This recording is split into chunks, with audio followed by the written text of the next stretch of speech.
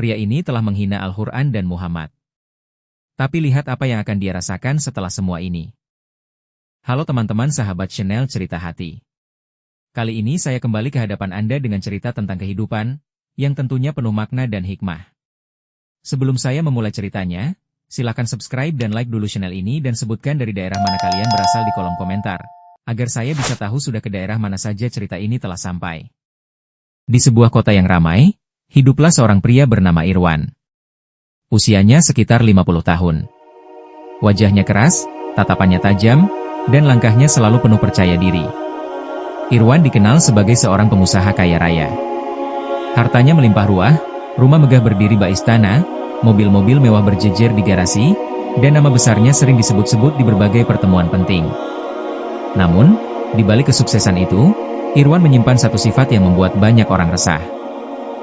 Kesombongan yang luar biasa.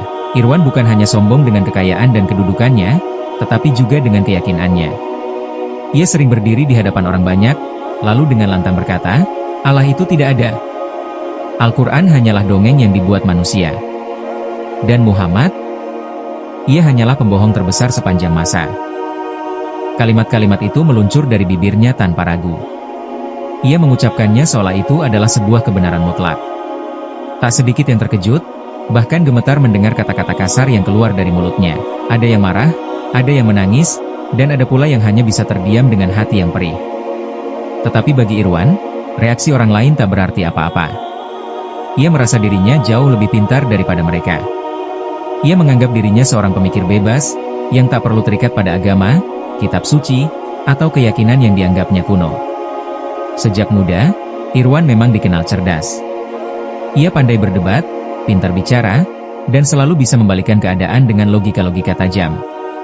Banyak orang yang dulu kagum padanya, hingga tak sadar perlahan ia menjerumuskan dirinya sendiri dalam jurang kesombongan. Tetangga-tetangganya sering geleng kepala. Mereka menyayangkan sikap Irwan yang begitu congkak. Andai saja ia mau bersyukur, andai saja ia ingat pada Tuhan, begitu kata mereka sambil menghela napas panjang. Namun, Irwan tak peduli. Baginya, doa dan ibadah hanyalah buang waktu. Ia melarang istrinya mendirikan sholat, menertawakan anak-anaknya yang mencoba membaca Al-Quran, bahkan menuduh tetangganya yang rajin ke masjid sebagai orang bodoh. Setiap kali mendengar suara adzan dari kejauhan, ia mencibir, apa gunanya suara itu? Tidak akan mendatangkan uang sepeser pun. Begitulah Irwan. Semakin hari, ucapannya semakin tajam. Semakin banyak orang yang ia sakiti dengan lidahnya. Namun di balik semua itu, ada satu hal yang tak disadari Irwan. Kesombongan dan keangkuhannya sedang menyiapkan jalan menuju kehancurannya sendiri. Hari demi hari, kesombongan Irwan semakin menjadi-jadi. Ia bukan hanya mengucapkan kata-kata kasar di lingkungannya sendiri, tetapi mulai berani menyebarkan pikirannya secara terbuka di forum-forum besar. Di sebuah aula mewah, dalam sebuah seminar tentang ekonomi dan pembangunan, Irwan berdiri dengan gagah. Jas mahal membungkus tubuhnya, dasinya berwarna merah menyala, dan wajahnya memancarkan keangkuhan. Di depan ratusan orang, ia bukan hanya berbicara soal bisnis, tapi juga menyelipkan ejekan terhadap agama. Saudara-saudara, ucapnya lantang sambil tersenyum sinis, banyak orang di negeri ini miskin karena terlalu sibuk berdoa. Mereka sibuk ke masjid, sibuk mengaji, sibuk beribadah, tapi lupa bekerja keras. Padahal, doa itu tidak akan mengubah apa-apa. Tidak ada Allah yang menolong mereka. Semua itu hanya dongeng, warisan dari orang-orang kuno. Hening. Semua orang terdiam. Beberapa wajah terlihat kaget, beberapa lainnya menunduk dengan gelisah. Ada yang menutup mulut menahan amarah, tapi tidak berani bicara. Irwan melanjutkan, semakin berani, dan Muhammad, yang kalian agung-agungkan itu, ia hanyalah manusia biasa yang pandai bercerita. Ia membodohi orang-orang di zamannya dengan kisah-kisah palsu. Kalau bukan karena politik, tidak akan ada yang percaya padanya. Kata-kata itu menusuk hati banyak orang yang hadir. Seorang lelaki tua di barisan depan menitikkan air mata, menggenggam tasbihnya erat-erat sambil beristighfar. Ada juga pemuda yang hampir berdiri untuk membantah, tapi ditahan oleh rekannya, takut keadaan ricuh. Namun, Irwan merasa dirinya pemenang. Semakin banyak orang terdiam, semakin besar kepuasan yang ia rasakan. Ia menepuk dada, merasa logikanya telah mengalahkan keyakinan orang-orang. Tak cukup sampai di situ. Di rumah, Ia pun bertindak lebih jauh. Ia melarang istrinya sholat. Ia berkata, "Jangan buang waktumu dengan sujud di lantai. Kalau kau ingin bahagia, belanjakan saja uangku. Kalau kau ingin hidup enak, cukup ikuti aku. Jangan lagi percaya pada Tuhan yang tidak pernah ada." Anak-anaknya yang masih muda, yang kadang ikut mengaji bersama teman-temannya, juga tak luput dari caciannya. Suatu malam, ketika anak bungsunya membaca Al-Quran dengan suara lirih di kamarnya, Irwan masuk dan merampas mushaf itu. "Berhenti membaca buku dongeng ini," bentaknya keras. "Kau harus belajar bisnis, belajar ilmu yang nyata. Bukan terjebak dalam kebohongan masa lalu." Anaknya menangis, hatinya hancur. Ia tak berani membantah, karena ayahnya sangat ditakuti. Lama-kelamaan, sikap Irwan menimbulkan kebencian yang mendalam di hati banyak orang. Tetangganya menjauh. Sahabat-sahabatnya mulai tak nyaman. Bahkan rekan-rekan bisnisnya merasa risih, meski masih membutuhkan kerjasamanya. Namun, Irwan tak menyadari semuanya. Ia terlalu sibuk membanggakan kekayaannya, terlalu sombong dengan pikirannya, hingga tak pernah melihat retakan kecil yang mulai muncul dalam kehidupannya. Dalam kesombongannya, ia sering berkata kepada orang-orang, "Kalau memang ada Tuhan, coba saja jatuhkan aku sekarang. Kalau memang Muhammad benar, buktikan bahwa dia lebih hebat dariku." Ucapannya menggema, membuat bulu kuduk merinding siapapun yang mendengarnya. Orang-orang hanya bisa berdoa dalam hati, "Ya Allah, tunjukkanlah kuasa MU kepada orang ini. Jangan biarkan ia semakin sesat dan menyesatkan." Dan doa-doa itu, tanpa disadari Irwan, mulai terkumpul, menunggu saat yang tepat untuk menjatuhkan dirinya. Kesombongan Irwan memang membuatnya tampak seolah tak tergoyahkan. Namun, roda kehidupan selalu berputar. Apa yang terlihat kokoh bisa runtuh dalam sekejap, dan itulah yang mulai terjadi pada dirinya. Awalnya, tanda-tanda itu terlihat kecil. Usahanya yang dulu selalu menguntungkan, tiba-tiba mengalami kerugian. Sebuah proyek besar yang ia banggakan gagal total. Partner bisnisnya kabur membawa modal, meninggalkannya dengan hutang besar yang harus ditanggung sendiri. Irwan marah besar. Ia mengamuk di kantornya, membanting dokumen-dokumen, bahkan memaki para pegawainya. "Semua ini karena kalian bodoh. Tidak ada yang becus bekerja," teriaknya. Padahal, kesalahan justru berasal dari dirinya sendiri, keserakahannya yang membuat ia mudah tertipu. Kerugian demi kerugian menumpuk. Beberapa properti yang dulu ia banggakan terpaksa dijual. Mobil mewah yang selalu ia pamerkan di depan rumah mulai hilang satu persatu. Namun, Irwan tetap menolak untuk introspeksi. Ia tidak melihat kehancuran itu sebagai peringatan, melainkan menganggapnya sebagai kebetulan semata. "Ini hanya badai kecil. Aku pasti bisa bangkit kembali. Aku tidak butuh doa, aku tidak butuh Tuhan. Aku hanya butuh kerja keras dan kepintaranku sendiri." Begitu ia selalu berkata kepada dirinya. Namun, bukan hanya harta yang mulai menjauh. Perlahan, orang-orang di sekelilingnya pun pergi satu persatu. Sahabat-sahabat yang dulu sering menemaninya berpesta, kini tak lagi datang. Rekan bisnis yang dulu menyanjung-nyanjungnya, kini menjauh dengan berbagai alasan. Bahkan keluarganya sendiri mulai retak. Istrinya yang selama ini sabar menerima cacian, akhirnya sakit-sakitan. Tubuhnya lemah, wajahnya pucat, seolah memendam luka batin yang dalam. Ia jarang bicara, hanya diam dengan mata berkaca-kaca setiap kali melihat suaminya menghina agama. Anak-anak Arman pun tak luput dari penderitaan. Anak bungsunya yang dulu rajin mengaji, kini sering menangis sendirian. Ia merasa tertekan dengan larangan ayahnya. Sementara anak sulungnya mulai memberontak, diam-diam tetap sholat dan membaca Al-Quran di rumah tetangga. Semua ini membuat rumah megah Irwan tak lagi terasa seperti istana. Suasana yang dulu penuh canda kini berubah menjadi tegang dan dingin. Namun, Irwan tetap buta. Ia masih menyombongkan diri, menolak untuk melihat bahwa kehancuran sedang mengetuk pintu hidupnya. Suatu hari, ketika istrinya terbaring lemah, seorang tetangga yang alim datang menjenguk.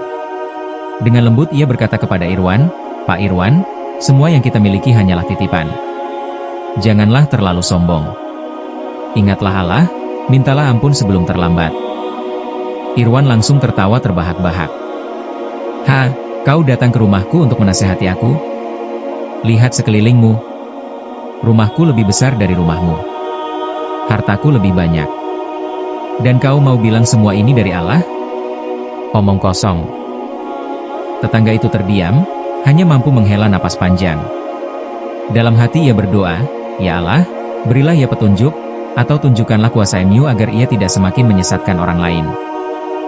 Hari berganti, dan ujian demi ujian semakin berat menimpa Irwan. Anak sulungnya tiba-tiba jatuh sakit parah. Dokter mengatakan penyakitnya aneh, sulit diobati. Berbagai rumah sakit sudah didatangi, berbagai biaya sudah dihabiskan, tapi tak ada perubahan. Istrinya semakin lemah, sering pingsan, dan harus dirawat.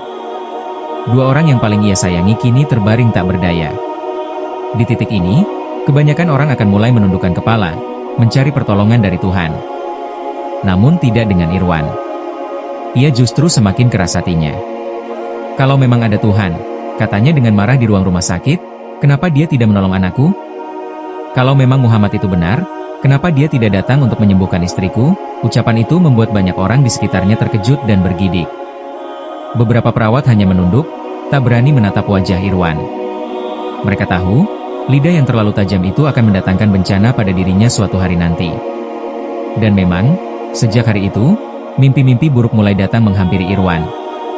Sejak sakit menimpa anak dan istrinya, hari-hari Irwan berubah muram. Namun bukan hanya itu, kejadian-kejadian aneh mulai mengganggu hidupnya. Malam pertama, ia bermimpi aneh. Dalam mimpinya, ia berada di padang luas yang gelap gulita. Dari kejauhan terdengar suara lantang, keras namun penuh wibawa. "Wahai manusia yang sombong, sampai kapan engkau menantang Tuhanmu?" Irwan terbangun dengan tubuh basah oleh keringat. Dadanya berdegup kencang. Ia mencoba mengabaikannya, menganggap itu hanya bunga tidur. Namun mimpi itu datang lagi di malam berikutnya, bahkan semakin jelas. Ia melihat api besar yang menyala, mendengar suara tangisan, jeritan, dan panas yang membuatnya hampir terbakar. Dalam mimpi itu, ia mencoba berlari, tapi kakinya seolah terikat. Ketika ia terbangun, tubuhnya gemetar. Tetapi bukannya merenung, ia malah tertawa getir. Ini hanya permainan otak. Tidak ada yang perlu ditakutkan.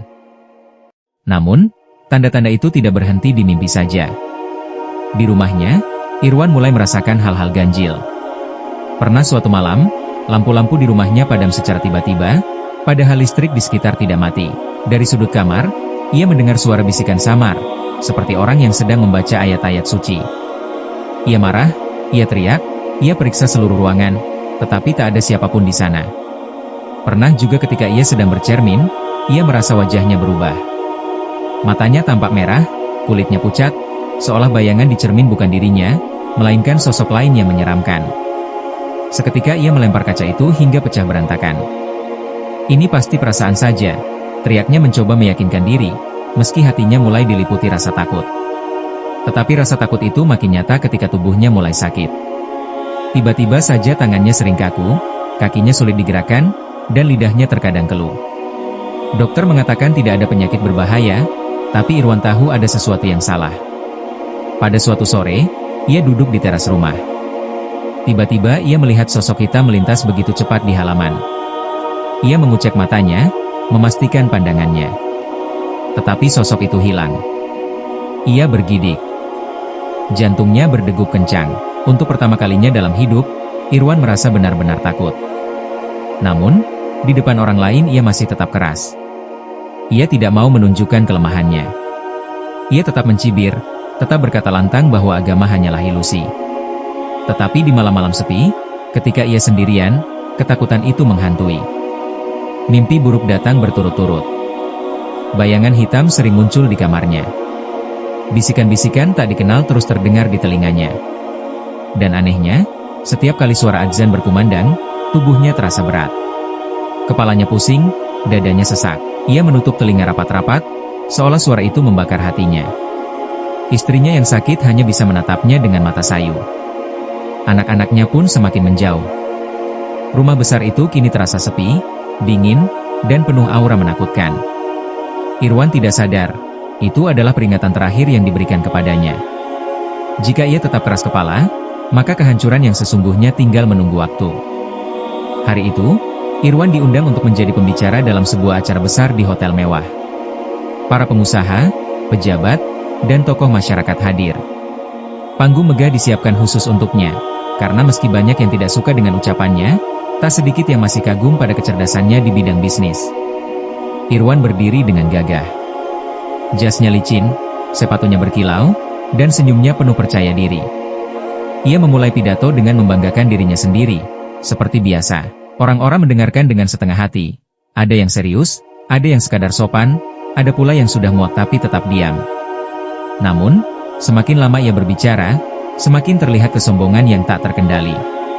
Saudara-saudara, katanya lantang sambil menepuk dada, saya ini contoh nyata bahwa hidup tidak butuh agama. Saya kaya, saya sukses, saya berkuasa.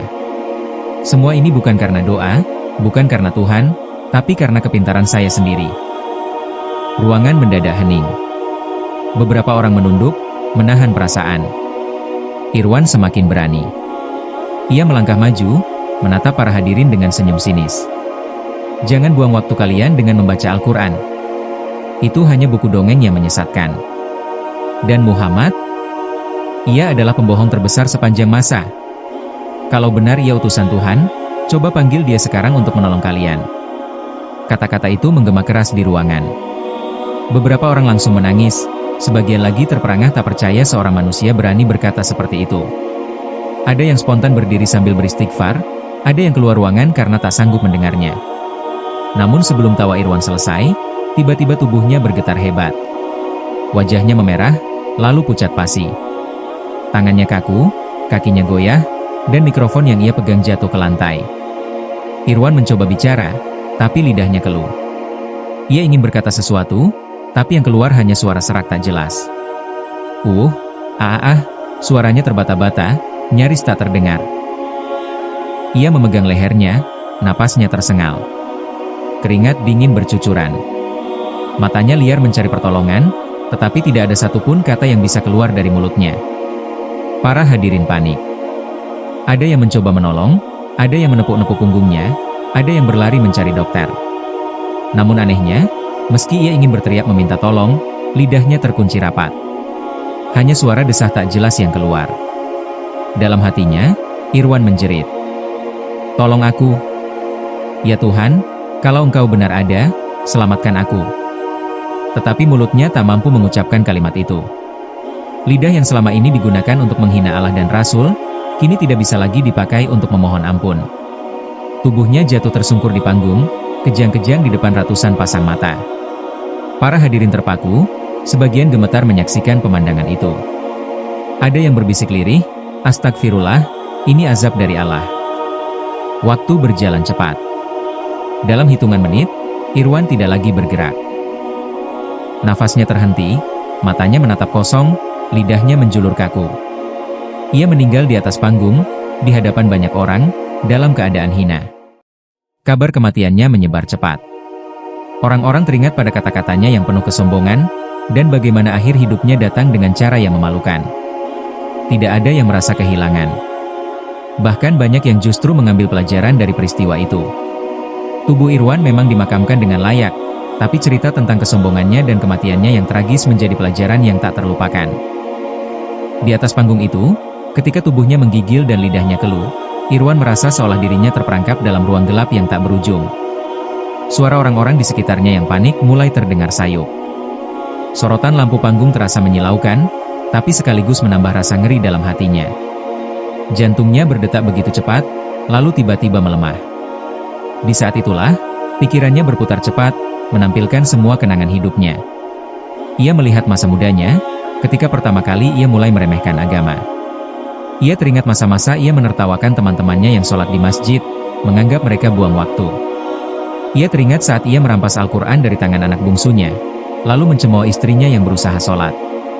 Wajah anaknya yang menangis, wajah istrinya yang penuh luka, semuanya berkelebat jelas. Ia pun teringat kata-katanya sendiri, Allah itu tidak ada, Al-Quran hanya dongeng, Muhammad adalah pembohong terbesar sepanjang masa. Kalimat itu terngiang-ngiang di telinganya, menusuk hatinya, kini terasa seperti pedang yang melukai jiwanya. Dalam hati, Arman menjerit. Ya Allah, kalau Engkau benar ada, aku salah, aku berdosa, ampuni aku. Tetapi lidahnya terkunci. Mulutnya hanya mengeluarkan suara serak yang tak bisa dipahami. Ia ingin bersyahadat, ingin mengucapkan la ilaha illallah, tetapi bibirnya tak mampu bergerak. seolah ada beban berat yang menahannya. Air matanya menetes. Untuk pertama kalinya dalam hidup, ia benar-benar menyesal. Semua logika, semua kesombongan, semua harta, semua kedudukan, mendadak tidak berarti apa-apa. Yang ia butuhkan saat itu hanyalah satu kalimat terakhir sebagai bekal pulang. Tapi kalimat itu tidak bisa keluar. Sementara itu, dari kejauhan ia mendengar suara lirih, samar tapi jelas. Inilah balasan bagi orang yang sombong dan mendustakan ayat-ayat kami. Irwan ingin menjerit. Ia ingin berlari. Tapi tubuhnya kaku, jiwanya tercerabut. Dan dalam keadaan penuh penyesalan, ia pun menghembuskan nafas terakhirnya. Kematian Irwan menjadi buah bibir banyak orang. Ada yang menangis bukan karena kepergiannya, tetapi karena takut dengan nasib yang sama jika mereka berani mendustakan Tuhan. Ada yang merenung berhari-hari, mengambil pelajaran dari kisah hidupnya. Sementara keluarganya, mereka hanya bisa berdoa. Istrinya yang sakit, dengan suara lemah, berbisik lirih di pusara suaminya. Andai engkau mau mendengar sedikit saja, mungkin akhir hidupmu tak akan seperti ini. Begitulah akhir hidup seorang manusia yang begitu sombong, yang lidahnya tajam menghina Tuhannya sendiri, yang berani merendahkan kitab suci, dan yang tak segan mencaci Rasul yang mulia. Irwan meninggalkan dunia dengan cara yang tragis. Bukan dengan tenang, bukan dengan wajah damai, melainkan dengan penyesalan yang dalam, air mata yang sia-sia, dan lidah yang terkunci hingga tak sempat mengucap kalimat penyelamat terakhir. Hidupnya yang penuh kemewahan tak mampu menolongnya. Harta yang ia banggakan tidak bisa menebus satu detik tambahan untuk bertaubat. Kedudukan yang ia sombongkan tidak bisa mencegah maut yang datang. Dan semua kata-katanya yang dulu lantang, kini hanya menjadi saksi betapa congkaknya ia semasa hidup. Orang-orang yang menyaksikan kematiannya, pulang dengan hati bergetar. Ada yang tak bisa tidur berhari-hari, teringat wajah Irwan yang pucat dengan lidah menjulur. Ada pula yang semakin rajin beribadah, karena merasa telah melihat bukti nyata dari kuasa Allah di depan mata. Sementara keluarganya, yang selama ini menjadi korban ucapannya, hanya bisa mendoakan dari kejauhan. Mereka tahu, doa mereka tidak akan mengubah takdir Irwan, tetapi semoga bisa menjadi penghapus luka di hati mereka sendiri. Dan bagi kita yang mendengar cerita ini, tentu ada pelajaran besar yang bisa dipetik. Kesombongan adalah pintu menuju kehancuran. Lidah yang dipakai untuk menghina Allah, untuk merendahkan Al-Quran, untuk mencaci Rasulullah, akan menjadi saksi yang menjerumuskan pemiliknya. Sungguh benar firman Allah dalam Al-Quran. Dan janganlah kamu berjalan di muka bumi ini dengan sombong, karena sesungguhnya kamu sekali-kali tidak dapat menembus bumi dan sekali-kali kamu tidak akan sampai setinggi gunung. Quran Surah Al-Isra, ayat 37. Dan juga sabda Nabi. Tidak akan masuk surga orang yang di dalam hatinya terdapat kesombongan meski sebesar biji zarah. HR Muslim. Kisah Irwan hanyalah satu contoh. Mungkin di sekitar kita, ada orang-orang yang serupa, yang meremehkan agama, yang merasa tak butuh Tuhan, yang menganggap doa hanya buang waktu. Mereka tampak hebat sekarang, tetapi ingatlah, roda kehidupan selalu berputar. Cepat atau lambat, setiap manusia akan dipanggil kembali kepada Tuhannya. Dan saat itu tiba, hanya iman dan amal baiklah yang akan menolong. Maka, ambillah hikmah dari cerita ini. Jangan sampai lidah kita digunakan untuk menghina, jangan sampai hati kita dipenuhi kesombongan. Gunakan hidup yang singkat ini untuk memperbanyak amal, untuk menjaga iman, untuk mendekat kepada Allah. Karena pada akhirnya, semua yang kita banggakan akan hilang. Harta akan sirna, jabatan akan lenyap, teman akan pergi, keluarga akan berpisah. Yang tersisa hanyalah diri kita, dan amal kita. Semoga Allah menjauhkan kita dari sifat sombong. Semoga Allah menjaga lidah kita agar hanya mengucapkan kebaikan. Dan semoga kita semua meninggalkan dunia ini dalam keadaan husnul hatimah, bukan su'ul hatimah seperti yang dialami Irwan. Dan demikianlah kisah tentang seorang manusia yang berani menantang Tuhannya, lalu berakhir dengan karma yang pedih. Semoga cerita ini menjadi pengingat bagi kita semua, bahwa sebesar apapun kekuatan dan kepintaran manusia, ia tetaplah makhluk yang lemah di hadapan Sang Pencipta. Jangan pernah merasa lebih hebat dari Tuhan. Jangan pernah meremehkan agama. Dan jangan pernah bermain-main dengan lidah, karena lidah bisa mengangkat derajat seseorang ke surga, atau menjatuhkannya ke jurang neraka. Wallahu alam.